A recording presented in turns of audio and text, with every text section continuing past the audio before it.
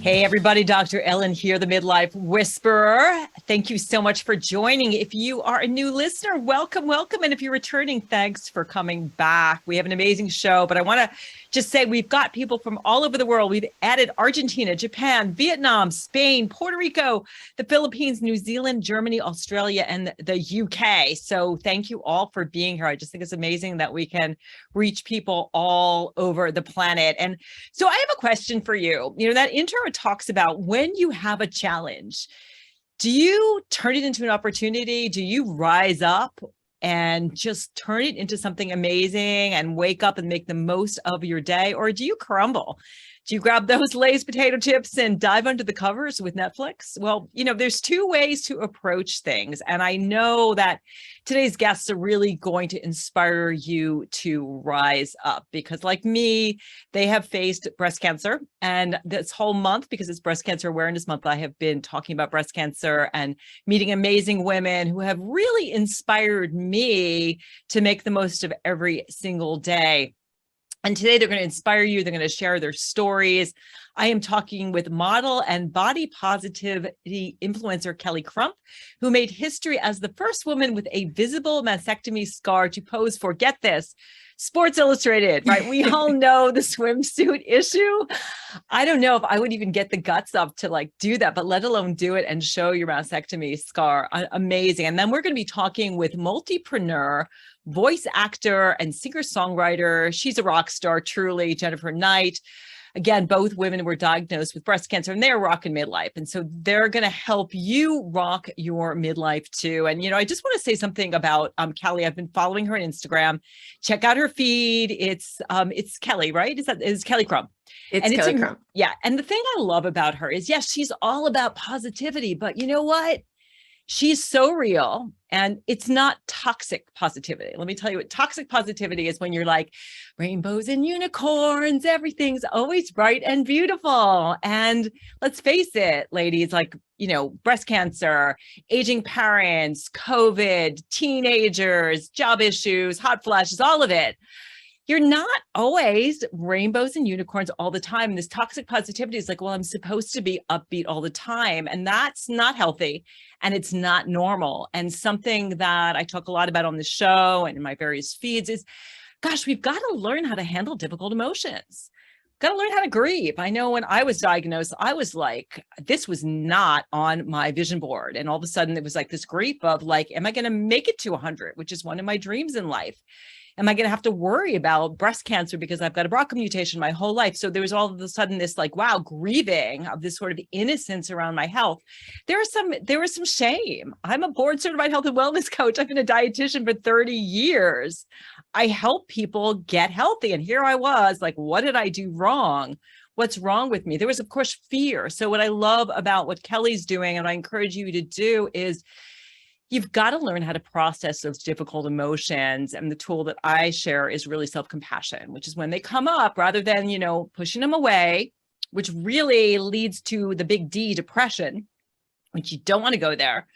You feel what you're feeling and you figure out, what do I need right now? So maybe you need to like go play with your pet or take a long hot bath or have a good cry or journal. So encouraging you, whatever you are experiencing, the difficult emotions, it's okay and it's normal. But let's talk about feeling empowered, courageous, and strong, going bold, and feeling sexy again, even after scars and reconstruction. That's what we're going to be talking about today with Kelly Crump. She is an inspirational model, a body positivity influencer, and cancer and health coach. She strives to normalize cancer terminology, spread awareness of the illness, and counsel patients on how to get well and carry on with their lives following diagnosis and treatment. And boy, does she walk the walk and live what she is teaching. She also teaches loved ones how to support a cancer patient, friends, and family. I'm here to say, I just don't go to the, I'm sorry. Go to the, how can I help you? And we'll talk more about what you can do if you have a loved one who's been diagnosed. And her work has a wide range of positive effects on people, from inspiring them to get up and exercise to boosting their self-esteem after surgery. And she is going to inspire you. You might want to grab a Kleenex, maybe grab a piece of paper for some tips. Welcome to Rock Your Midlife, Kelly. So good to have you here. Oh, thank you so much for having me. This is amazing. I can't even believe I'm here. So thank you so much. Well, gosh, I feel that way. You're like you're truly a rock star, and you are in London, so you are 5 or 6 Yes. hours ahead of us here on the East Coast. So we've got Yes. the East Coast, we've got the West Coast, and we've got Europe represented here. So let's just start off with talking about your story. How were you diagnosed? What happened to you? So basically I never checked my breasts even during breast cancer awareness month. So it was actually 5 years almost to today, in which I was diagnosed with stage 3 HER2 positive, which is a lot of times they call it HER2 positive, hormone positive breast cancer. I have no history of familial cancer. I don't have any mutations. I've always been healthy. I was a yoga instructor, worked, normal weight, didn't smoke, all of the things that kind of you think of with cancer. I didn't have any of that. And I was 38 years old. I found a lump in my breast when I was scratching an itch, and that's how it then started me on the path to where I am today. So it was shocking, but I tried to approach it very pragmatically. And then after having IVF and chemotherapy and losing my hair and this, that, and whatever, I actually grew a new tumor in the same breast after the first one had been removed whilst I was on chemotherapy. So I then had basically an emergency bilateral mastectomy with delayed implant reconstruction. Some people always ask, why did I get implants if I had cancer? The other options available to me weren't actually options. Anytime you get maybe reconstruction done with other parts of your body, other tissue, I didn't have enough. So it was either flat or implant for me. And I wasn't mentally ready at the time to make that decision, if that makes sense. So Yeah, that's a hard one. I know for me, I my initial response was go fearlessly flat, but my surgeon was like, don't do anything rash. So I've kept yeah. my breasts and I'm going to like keep a real good eye on it. But yeah, that's a totally Yeah. normal, decision. I've heard that reconstruction is hard though. So you had reconstruction. Yeah, so I did delayed implant reconstruction. So I had tissue expanders put in, and my left breast was already, from a tissue standpoint, much smaller because I had had a lumpectomy with clear margins. My sentinel node was clear, my nodes were clear, but somehow, it's kept going. So basically, did another 7 rounds of chemotherapy. And then in November of 2019, we did a routine PET scan and found that it had spread into my neck. So at that point, I was considered stage 4 metastatic or secondary, aka incurable breast cancer, because it had spread to distant parts of my body. Currently, it's in my lymph nodes in my neck, through my clavicle area, my armpit, on 3 of my the back of my spine, and my 12th rib. So I now basically have been living with stage 4 cancer for 3 years. So how are you living with it? I mean, that's first of all, that's you are such an inspiration to be living with dealing with it. Are you, I guess mentally and also physiologically, what are you doing to sort of keep it at bay and to stay really positive? Because if you read your feed, it's like it does both. It's like some days I'm having a really crappy day, like all of us. I saw your Yeah. like and then there's a lot of days where you are, you digest your difficult emotions and then you're positive. So I guess how are you dealing with it mentally, and are you doing anything also physiologically to support yourself? Yeah. So mentally, I think the biggest thing is you have to give yourself space, and you have to understand and be kind to yourself. Like you said, that self-compassion, because people have gone through this or many other things in life. It's a trauma, and trauma, you know, processing that even after maybe you've accepted it and moved on is still trauma.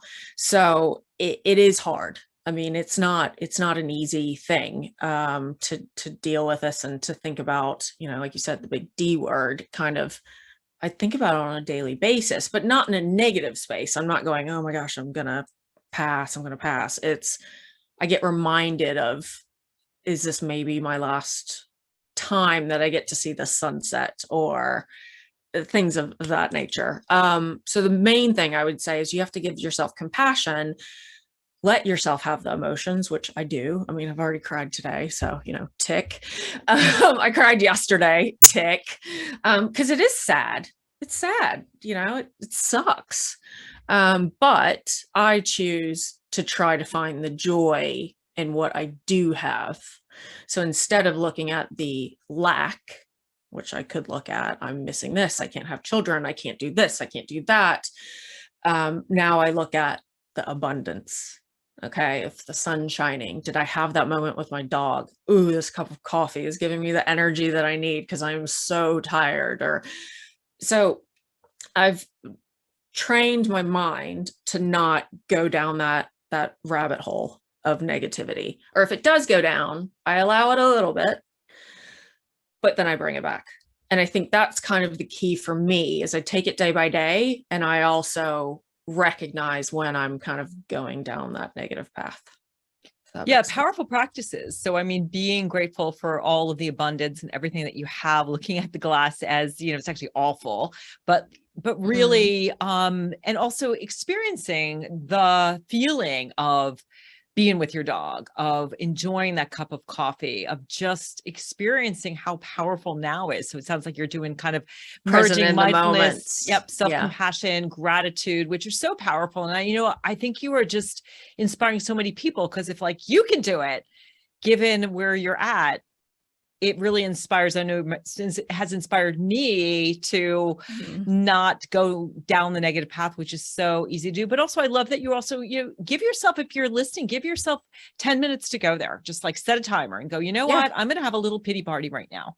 I'm going to like break out the Ben and Jerry's, or I'm going to do whatever I need to do and have that cry tick. And then I'm going to like pick myself up and say, you know what?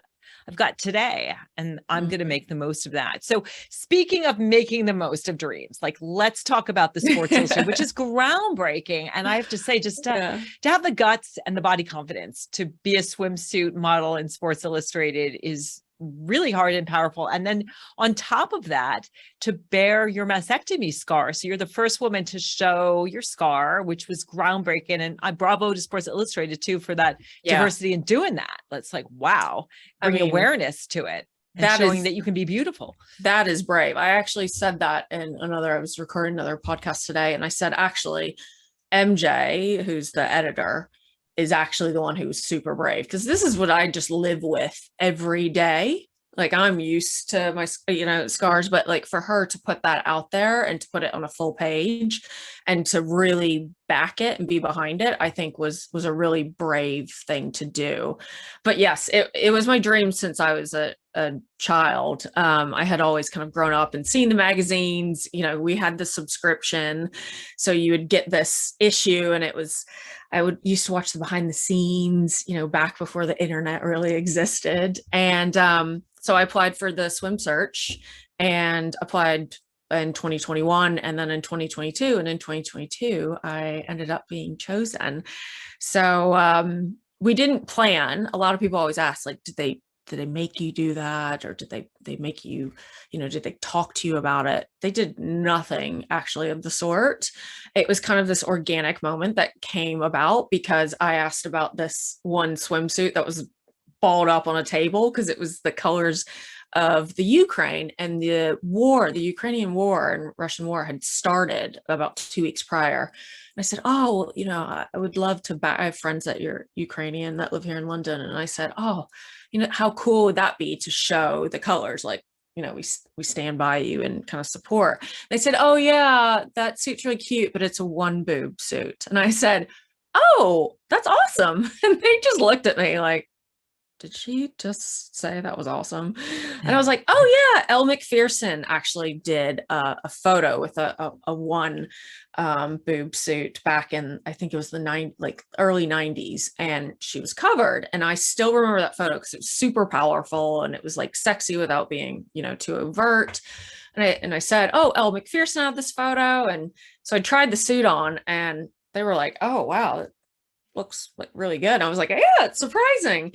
And we took photos of it, and I kind of was covered at the time, and we got done with the fitting, and MJ said, I do ask all the girls, is there anything that you are concerned about that you don't want to show? What do you feel comfortable with? Are you okay with your port scar? And I was like, yeah, I'm fine. Why? She goes, oh, well, sometimes, if somebody has like specific things. I was like, no, I don't care. Like, I'm so used to, having 10 doctors around me with my shirt off, standing there, like, and they're talking about you and checking everything, standing in front of 30 people, halfway topless, like, isn't kind of a problem anymore. And no, I said, I don't mind. And I said, it'd be really amazing is if I actually showed my scar. And she just looked at me like, really? I said, yeah.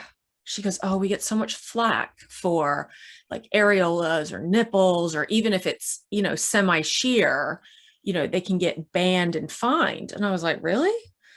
So anyway, we went back and, I went back to the room, didn't say anything. The next day, the stylist said, MJ's thinking about that suit, doing it. And I was like, okay. Like, are you okay with that? I said, yeah. They kept checking because I think they were going, okay, she's going to change her mind. She's going to realize like what she's doing. But anyway, so shoot day, it's the first time I've ever done a photo shoot like that.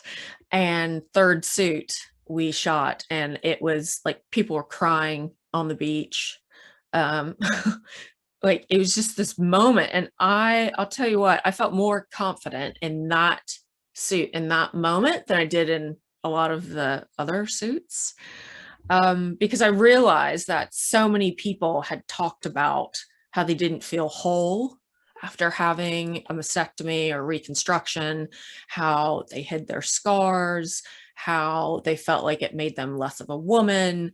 And all I could think about was showing like, you can be sexy. Like, it's still okay to be sexy. Like, cancer's not sexy, but you can be sexy. Because I feel like anything I've seen or witnessed, a lot of times it's like you can be cute, but you can't be like sexy if you've got cancer. And I just think, well, life's too short. Be what you want to be. If you want to be sexy, great. If you don't, fine. But I wanted to kind of show that in a beautiful way. And they gave me that platform, and I'm forever grateful. And I think, all I wanted was it to change one person, view on themselves. And it seems to, I get messages all the time where people said, now I'm rethinking how I view myself. Wow. Super, super powerful that is true, because I think you feel like the Scarlet Woman or something, like you should have this big, C on you, or the ribbon or whatever. And I know Jennifer's going to talk about the pink ribbon thing and all of that, but it's such a powerful, ballsy thing to do. Amazing. So if somebody's listening, and I talk a lot about body image, and my research is on self-compassion and body image, which really shows when you love yourself, when you show yourself compassion, which means when you're suffering, you stop and you give yourself what you need. It reduces body shame, body dissatisfaction, self-worth based on appearance, and improves body appreciation. So self-compassion is one of my superpowers for women struggling with negative body image. There's other people who are listening and going, I haven't felt sexy in years, even they don't have breast cancer, midlife, obviously, people are, gaining weight, there's gravity, the boobs might be sinking. Maybe you're happy to have them, but they're, everything is kind of sinking. What's a sort of a mind trick, or how did you said you felt so confident, and I'm wondering, like, how would you, just being confident even to pose, let alone pose with the scar, where did that come from? Or do you have suggestions for someone who's listening going, God, I haven't worn a bathing suit in years. I can't even put on shorts. I don't even feel good about, wearing a sleeveless shirt, which is an issue. Women are missing out on a lot of fun, and that sense that there's something wrong with our bodies. We don't like how we look, flows into your self-esteem, eating disorders, all kinds of issues arise from that negative body image. So some advice. Yeah. I mean, I think and some people might go, oh, she's probably been confident her whole life. That is like the antithesis of how I felt. I mean, it was, I said this and another thing, it was 38 years of hating my body up until I started having it removed. No, I'm being completely honest, until I was one of those people, unfortunately, that had to lose it all to gain it all back. if that makes sense. I had to lose my hair. I had to lose essentially who I was. I had to lose a very visible sexual organ to then be confident in who I was, if that makes sense. And cancer actually did give me that. And I think a stage 4 incurable diagnosis made me realize that, like, life is too short, but I needed to start living like nothing mattered anymore. And that's when I started to feel free. Because I think as women, we're worried about how are we viewed by others. We have judgments about what is beautiful, what is right, what is the right shape, so on and so forth. And it can really spiral. And I think we have to remember that everybody is different. Everybody, there are many different types of beauty, but at the same time, like, do what you can to make yourself feel good too, though. So I feel like sometimes we think that people are vain if they take care of themselves, right? I hear these women all the time, they go, oh, I would never look like you. Well, no, but if I can't be bothered with makeup. Okay, well, that's your choice. So it's up to you. If you want to be a certain way, there's certain things that you can do. We're not all going to be, 5'10" and, a certain way, but there's things that you can do that will make you feel better. So I think it's a mix of understanding that everybody's different. Don't try to become someone that you're not. Use what you have, but do what you can with it, if that makes sense. Don't just give up. I hear this from a lot of women. Oh, I just can't be bothered. Okay, well, don't complain. Like, do some extra, you don't have to do crazy exercise. Walk, meditate, give yourself some compassion, stop judging other people, because when you're judging other people, you're actually projecting your own thoughts, usually, about how you feel about yourself. So it's about kind of the inner work that will then show on the outside. I know that's kind of a lot I just said, but I really do. I think basically losing a body part and having to reconstruct it, and then realizing that the rest of my body is working and it's amazing. It might have stretch marks. It's got cellulite. It's got, large pores, like my eyebrows really don't grow. I mean, I could sit here and say all these things, but at the end of the day, it's working and it's doing something amazing every single day. And why am I continuing to take that for granted on something that doesn't actually matter? Powerful. And I think for me, the most powerful thing is this idea that, like, you lost everything to find yourself, where everything got, so much got stripped away. And I think, as women, we are told the most important thing about us is our looks. And if we can lose that, but then find out, like, what makes me feel beautiful, like sexy is an inside out job. Like, I feel sexy just being me, just dancing with nobody watching, or just, feeling sensuous, taking a bath, just exploring. And I think it's giving yourself permission. And then also, as you said, not judging other people, but also not comparing yourself to other people. I think it's so hard with social media because so many people are fake. That's what I love about your feed. It's like, you come up some days, I got no makeup, my hair's a mess. This is usually just my hair's like hanging. this. This is like me kind of put together, and I could probably even brush. Unfollow them. Stop putting those things, like, you don't have to look at it. Like, it's selling, and I get it. There's no hate against anyone that has that type of account, because it's sometimes it's like dreamy and it's reality. But if you're consuming so much of that, then you need to stop. And I think it's about finding what resonates with you and what makes you feel good. And there's 4.5 billion people on Instagram. You can unfollow, you can mute those people that don't make you feel good. And this is it's a self-control thing. And I know we get sucked into the algorithm, but also the more you watch and look at those things, the more it's going to send to you. So stop following or mute the accounts, the people that don't make you feel good, because there's tons of other people out there who might actually make you feel better about yourself. It's true. And that's something I love about, social media is that so many women are showing who they really are. I mean, I'm part of sort of Silver Sisters where women are like, yep, I'm going silver. This makes me feel good. I love when I hear from women.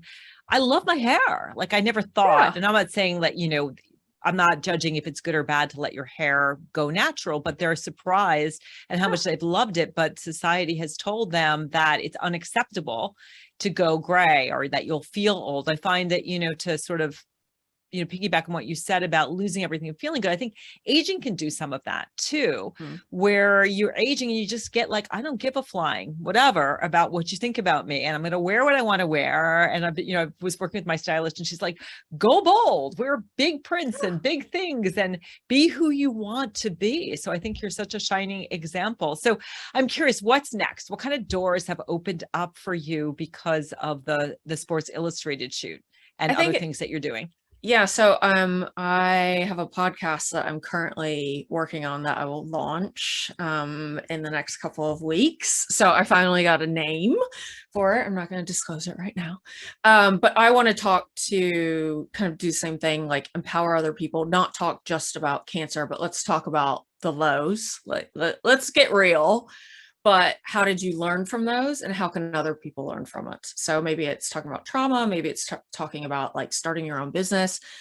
I just want to be real. Let's talk about the things that everybody wants to know, but nobody wants to talk about, or they feel like they're too vulnerable. So podcasting, and public speaking, getting up and, going to universities, we are starting to work on. So I think for me, it's just about spreading the message and getting people more comfortable with talking about cancer, seeing cancer, and how to support, friends, family, loved ones who might have it. Because the more we talk about it, the easier it's going to be for everyone.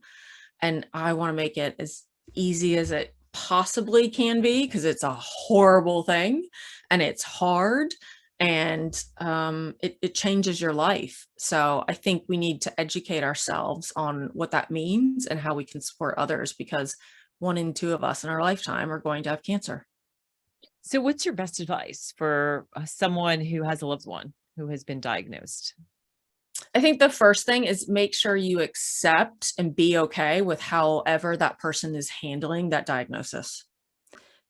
They might not handle it the way that you think you would handle it in their situation. They're not going to handle it the way that I've handled it, that you've handled it. I think I hear a lot that, hey, how do I get, my friend or girlfriend or what have you, to think like you? And I said, well, don't. You got to let that person process it, go through it, because everyone's going to handle it different and there's no right way. Yeah, that's great advice. So just take your cues from the other person, maybe even ask, I know I got so many, I'm sorry. And I was like, don't be sorry. I was really fortunate. My cancer was the size of a dime. It was 1A, like you, was HER2 positive, and I'm going to be fine. I was, through it. I guess that was another thing for me. The fear of the cancer was so much worse than the actual treatment and what I was going through. Like fear, whatever we're scared of and whatever we imagine in our worst nightmares is way worse than actually, like, you are strong enough to get through whatever it is that you need to get through. But I love that, to ask the person what it is they need. So last question. So how do you stay so gorgeous and like with exercise and eating and, having a body that, can rock a swimsuit for Sports Illustrated? What are your sort of top health and wellness tips? Walk a lot. And I'm not kidding. People always go, what is your workout routine? I walk at least 5 miles a day, every day, minimum. Some days I do way more than that. Some days I do less, but I can't do heavy duty exercise because I'm on chemo every 21 days. And my body doesn't handle really intense exercise very well anymore. It flattens me. I cycled last week, bicycled, and this is why I've got the sinus infection. So I've learned I can't do anything super heavy. So walk, people underestimate. It's so strengthening and toning for your body. You're not walking enough. And if you are walking a lot and not seeing anything, you probably need to up the pace. I eat pizza and burgers and things like that, but sugar. Sugar is the main thing. It ages you. It, especially in menopause, it puts weight in the middle when you don't have estrogen. I've been in menopause for 5 years. I've definitely seen my body change a bit, but reducing and pretty much eliminating sugar is a big, big thing. So I see a lot of people don't realize how much sugar is in everything. Yeah. Like Plus cancer smoothies and loves stuff like that. Cancer loves sugar. Yeah. Cancer cells have 10 times the insulin receptors as normal cells. So excellent advice. Walk. Anybody can do it. It's free. All you need is shoes, and keep away from the sugar. I'm always all about meditate. Meditate. And All cry. right. Cry. Let it out. You'll feel much better. Your face will be better. It'll relax you. Let the emotions out, cry, and then just move on. Yeah, that's totally all about healing. It is that water, and that is Keep so it healing. simple. All right, we are going to take a break, and when we come back, we're going to be talking with Jennifer Knight. She is a multipreneur. She's also a breast cancer thriver. She's literally a rock star. So I can't wait to get into her story. We're going to take a little break, and I'll see you on the other side. You're listening to Rock Your Midlife. Hey, everybody, welcome back. I hope you are enjoying today's show as much as I am, and I'm feeling really inspired to make the most of your life. Whether you are 30, 40, 60, 90, whatever it is, you've got today, and to wake up every day and be like, you know what? Just going to go for it. And I know that our guests are helping us to feel inspired. Hey, if you are enjoying this show, please leave me a review. Just go to your favorite podcast platform. Let me know what you think about the show. And you can always reach out to me at themidlifewhisperer.com. That's themidlifewhisperer.com. And so we've been talking with Kelly Crump, and we are now going to talk with Jennifer Knight. She is a multipreneur living in the Napa Valley. She has a bachelor's in psychology, a master's in occupational therapy. She worked in healthcare for 15 years, but then when she became pregnant with her first child in 2008, her creative side was calling. So she left therapy to become a voice actor. And a few years later, she started her passion project, which is Ohm Coffee Roasters. I tried their Black Magic Blend, which is so delicious, fabulous coffee. But then she had a health crisis, which we'll get into in 2019. And she found life coaching. She experienced so much healing and transformation that she became a certified coach herself, and it earned an advanced degree in trauma-informed coaching. On top of that, she is a professional singer-songwriter and recording artist. And her band is called Mama Sad, and she's played at venues and festivals with the likes of Pink, Metallica, and the Black Crowes. And they are releasing an album produced in LA by Jim McGorman of the Goo Goo Dolls. So she's literally rocking her midlife. Welcome to Rock Your Midlife, Jennifer. Yes, so great to have you here. Thank you so much. It's great to be here, and I'm in great company. Who knew that breast cancer would be such a cool club, right? Yeah, I know. I think all of us that are there are like, well, it's the club nobody wants to join, but we have some very cool members. So I know you've got a question for Kelly. So why don't you go ahead and share? Yeah, well, so from where I sit after I've had a lumpectomy and radiation, and the thing that comes up most for me is worrying about recurrence. And when I coach people, it's kind of the same thing. There's a lot of worry. And so I just wonder, would you think it's worthwhile to worry? Would your outcome be different? Would your outlook be different? Would your mindset be different if you had worried? Is there any productive, is worry productive in any way?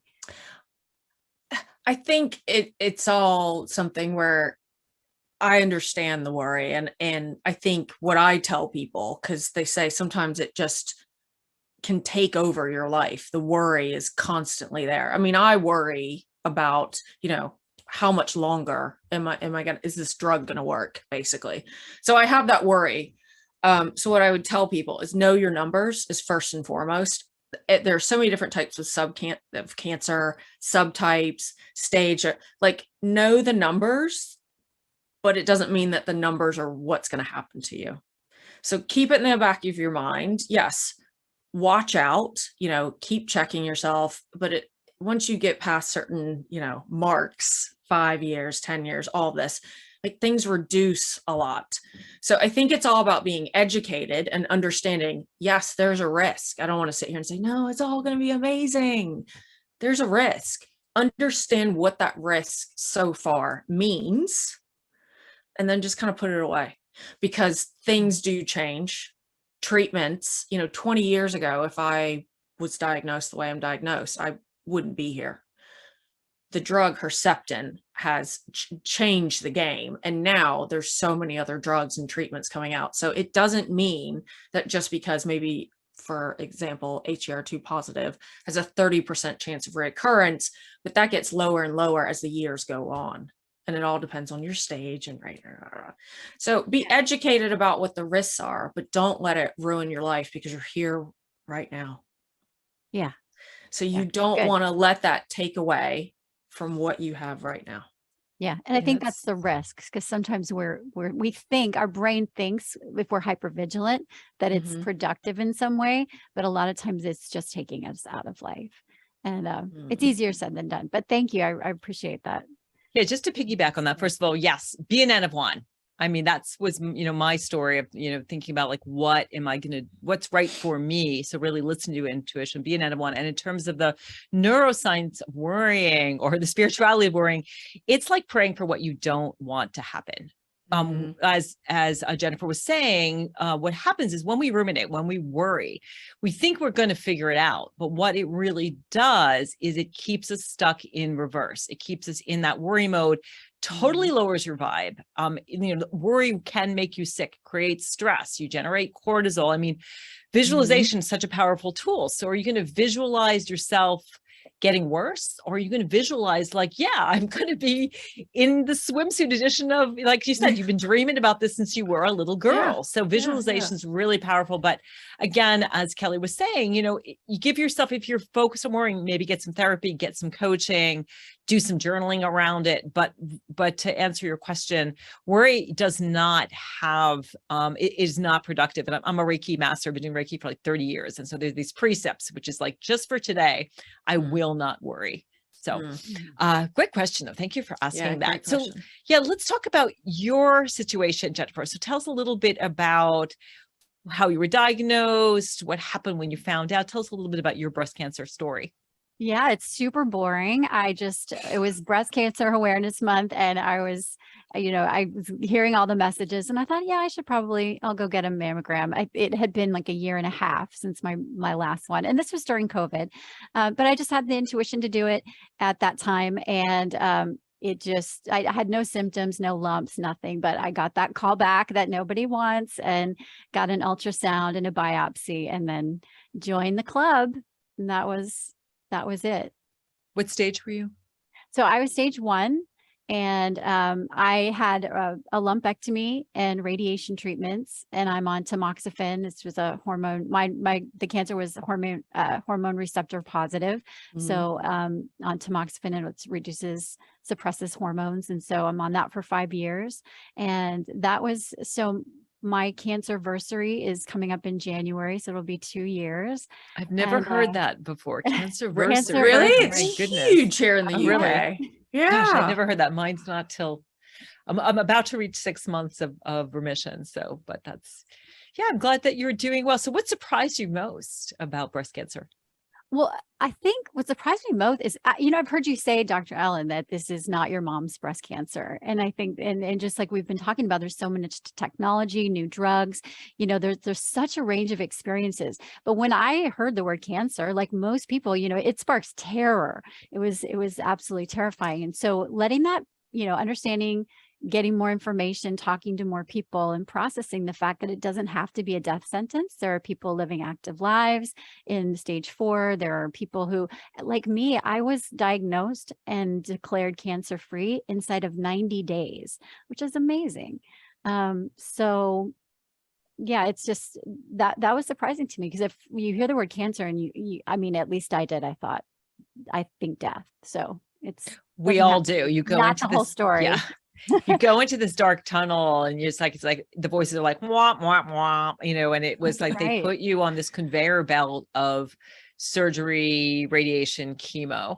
And if anyone's listening, first of all, get your mammogram, if you've been told you have dense breasts, get the ultrasound. That's how mine was found, because when you have dense breasts, it puts you at a greater risk of breast cancer. And it also makes it much harder to read a mammogram.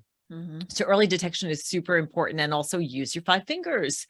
But you're right. It's like, we're so scared of it, but my experience was it really wasn't that horrible at all. I mean, I was like you, once my tumor was removed, which was 3 weeks after my diagnosis, I was cancer free. And then I have been doing Herceptin, even though I don't have any, active tumor or any detection, just as sort of a precaution, as well as lots of wellness things. So let's talk about the healing piece, because I know I'd love to know a little bit more about the trauma-informed coaching and what you've done to heal. Tell us a little bit about that. Yeah. Well, conventional medicine cured the disease. And, but I felt like that's where my healing just started. So I set out to heal my life.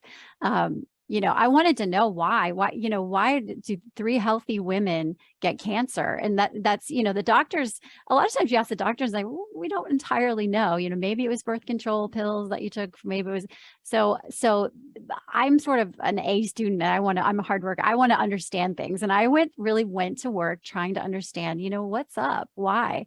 So I just looked at everything that came into my awareness. My only criteria was to just be curious about everything. Nothing was too alt, too woo, too out there, too anything. So I just wanted to be open and curious and figure out, just search inside myself, like, what's going on? Why did I get cancer? I looked at toxins. Was it my deodorant? Was it glyphosate? Because I live in wine country, which, there's a lot of farming here. I looked at nutrition. Was I eating too much sugar? Was the alcohol? Again, I live in wine country. We drink wine all the time. I looked at religion. Was I being punished by God? Was it, genetics? I don't have the genetics, any genetic markers for it. I looked at German new medicine, which was fascinating. It was this is a paradigm of health that considers cancer a special biological process that actually is there to protect us from a conflict shock or an emotional trauma. So breast cancer is considered a nest worry conflict, which is your nest being like your household. So your mother-child relationship or a partner relationship. That was fascinating. I looked at the law of attraction. I looked at energy healers. Like, is this my timeline, or is this just generational, historical trauma passed down for their? So for me, it was just you got a PhD in cancer. A process. Yeah, it was quite a process. And it really was a process of exploration and discovery. And for me, it was kind of like, yeah, it's kind of all a yes. All of it sort of made sense, except for the punishing God part. I didn't really resonate with that. But what I came to know for sure was that there's a mind-body connection, and that my emotions affect my body, and that I just believe unequivocally that played a role. And I had a trauma about 6 months prior to my diagnosis. It was a different health crisis, and just careening toward burnout, and in a place that I've never felt so emotionally drained and fearful. And so I just started to think, is this related? Did this trauma create something in my body? So that was sort of a path of exploration that I went on. So how did you heal? So it was the health crisis that I experienced. It was my husband had lost his job, and he, instead of going back into the industry where he was working, we decided that he would fulfill this dream of starting this coffee company that he'd always wanted to do. So we did that together, and that I would be the breadwinner. I would support us. I was a voice actor. I still am a voice actor, and so I was just in this place of, at first, the first year I was like, yeah, of course I'll bootstrap it. We'll make the money. We'll make it all work. And how many kids do you have, 2 at the same time? I have 2 kids. I've been a band, it's pretty overscheduled already. But the first year was good. The second year is kind of keeping the fort down. I doubled my income out of just sort of determination and grit and hustle, right? The third year was starting to get a little weary. The fourth year, I started to really shut down, and I was just taking care of everyone. No one was I felt like no one was taking care of me. I heard myself saying things like, mommy's always last. And, I have to get this work done before I can relax. I can't do anything. I was just sort of had this perfectionistic, driven. And we think that's okay too. That's what I've discovered. I mean, I absolutely clobbered my workaholic. I fired my workaholic. I had been like a massive workaholic entrepreneur since I've been 12, always another launch, always getting more clients, always making more money. And like, and it felt kind of good, but it was not healthy. Well, and you know, through that process, my body was talking to me. I was starting to get little symptoms like a rash, acne, indigestion, just dizzy spells. I was very fatigued. And then ultimately I started getting heart palpitations. And that's when everything just that's when I sort of spiraled into a panic and realized what is happening. I need to pay attention. I need to slow way down and listen. You know, Gabor Mate is a researcher and a physician who talks a lot about trauma and illness. And he wrote a book called When the Body Says No. And my body was just saying no. And so through that process of just looking at what is happening, I realized how unintentional I was being with my thoughts and how I was creating feelings and results that were it was such an extrinsic locus of control. I just thought that the circumstances were that, and I was being dragged, sort of dragged around instead of me being proactive and driving things with my thoughts. So I found this podcast called the Life Coach School Podcast with Brooke Castillo, and I just soaked it up. And I learned a model that she uses to teach thought work and mindset. And it really helped me flip the script to understand that actually the circumstances in your life are neutral, which is kind of a hard thing to digest if you think, because we think, well, I have breast cancer and that's why I'm scared. It's actually not the breast cancer that's making you scared, the diagnosis. It's your thoughts around the breast cancer that's making you scared. So you can, at first I felt a little prickly about this, like I was being blamed for all of my feelings, but at the same time, it's kind of the best news ever, because if your circumstances are neutral and you have the power to create story around it, then you can feel the way you want to feel, and you can be very intentional. So the circumstances are neutral. Our thoughts create our feelings.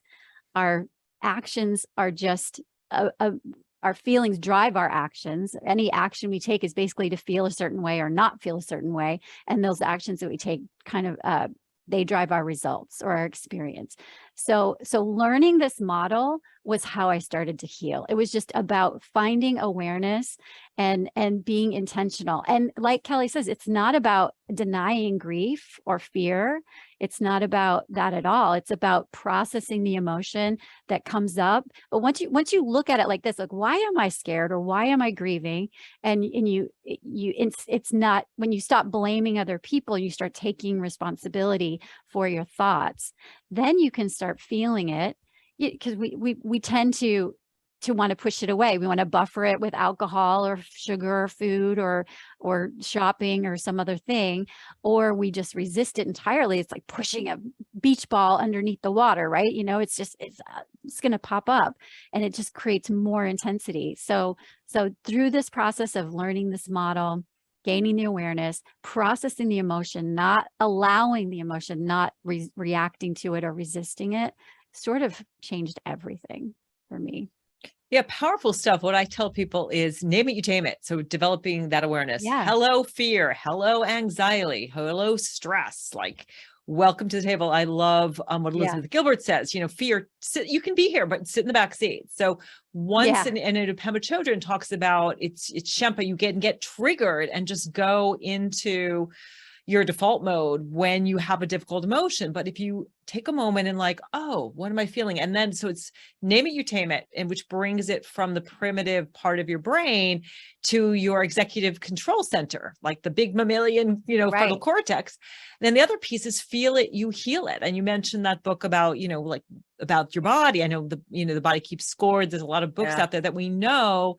Trauma, emotions, or felt experiences in the body. And trauma doesn't mean that, you had to have a sexual issue, when you were in college, or like you've been, a person who's gone to war or anything. It's just going to be something that happened to you when you were 6 years old. Your mom yelled at you and you made this decision to be a certain way and protect yourself. And I love what you said too about the cancer could be a piece of that trauma. I know for me, I was in a difficult marriage and there were times I just didn't want to be here. The depression was so bad to have someone that I love so much yelling it and criticizing me and making me feel bad. I just was like, oh, I don't want to be here anymore. And I think that that was a piece of what happened. It was right over my heart, you know, right over my left breast. And Louise Hay talks a lot about that also, you know, like you were saying, giving, mommy comes last all the time. So, all right, we only have a couple minutes left. So I want to make sure Kelly has a chance to ask you a question, Jennifer. Kelly, Sure. do you have a question for Jennifer? So what would you say to people when everybody, you know, says, oh yeah, I do that, but what do you do on your bad days? How do you shift out of that? I mean, just, you know, when it does kind of go down that rabbit hole, what things do you use to kind of get back to the equation? Get out of my head and into my body. 100%. Your nervous system regulation. We get into these, we have these thoughts, we create this fight or flight, you know, sympathetic dominant state in our nervous system. And that creates tunnel vision, black and white thinking, you know, agitation, grouchiness, whatever. So if you can get back into your body and regulate your nervous system, get back into that parasympathetic rest, digest, heal, repair state, and then look at it again, look at your situation, circumstance again, it's going to look completely different. You're going to be creative. You're going to be easeful. You're going to have, you know, inspiration will come to you. Your intuition will be stronger. So I always get into my body, go for a walk, get resource your nervous system. And then you can do the mental calculation of, well, why do I feel this way? What is this thought? Do I like this thought? Where did it come from? Did it come from conditioning? Is it even true? You know, really do that sort of mental calculation. But first you kind of have to have that foundation of ease, in peace, that parasympathetic, you know, breathing. Resting. Yes. Breathing and breath work. Do you use any, do you use breath work to kind of reset? Because I think a lot of people will go, well, I'm like that most days, but what about the times when it gets bad, you know, when it's heavy and you just are trying to get out and you can't, what can you do?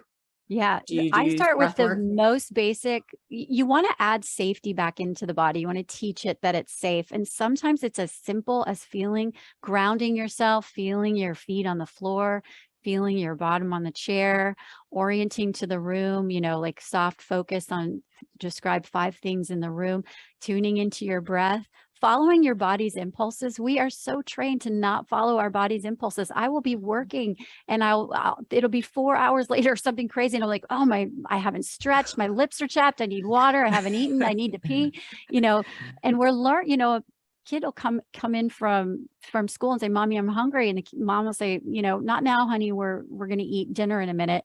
But if it's an hour later, we're taught in these little subtle ways not to listen to our body, that impulse is not a priority, not important, wrong, bad, whatever.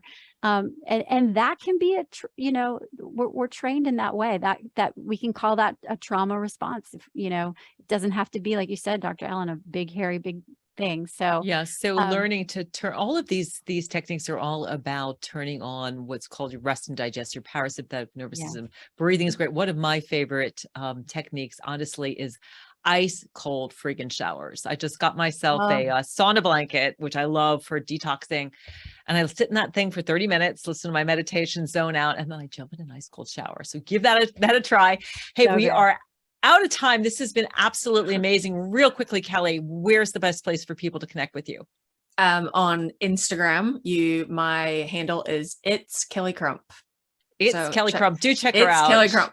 Yes. Such a great feed. It will light you up. It will make you feel like if she has a smile on her face and is dancing around, you should. I should be too. Absolutely. You're doing so much good in the world. Thank you so much for being here. And Jennifer, we didn't have time. I want to hear you sing. So I'm hoping that you give us a feed where we can hear you sing. Well, how do we connect with you? Yeah. At Mama Said Band NV for Napa Valley is my band, and Ohm Coffee Roasters is my coffee company. And you can find me on Instagram at Jennifer Knight HQ for head. All right.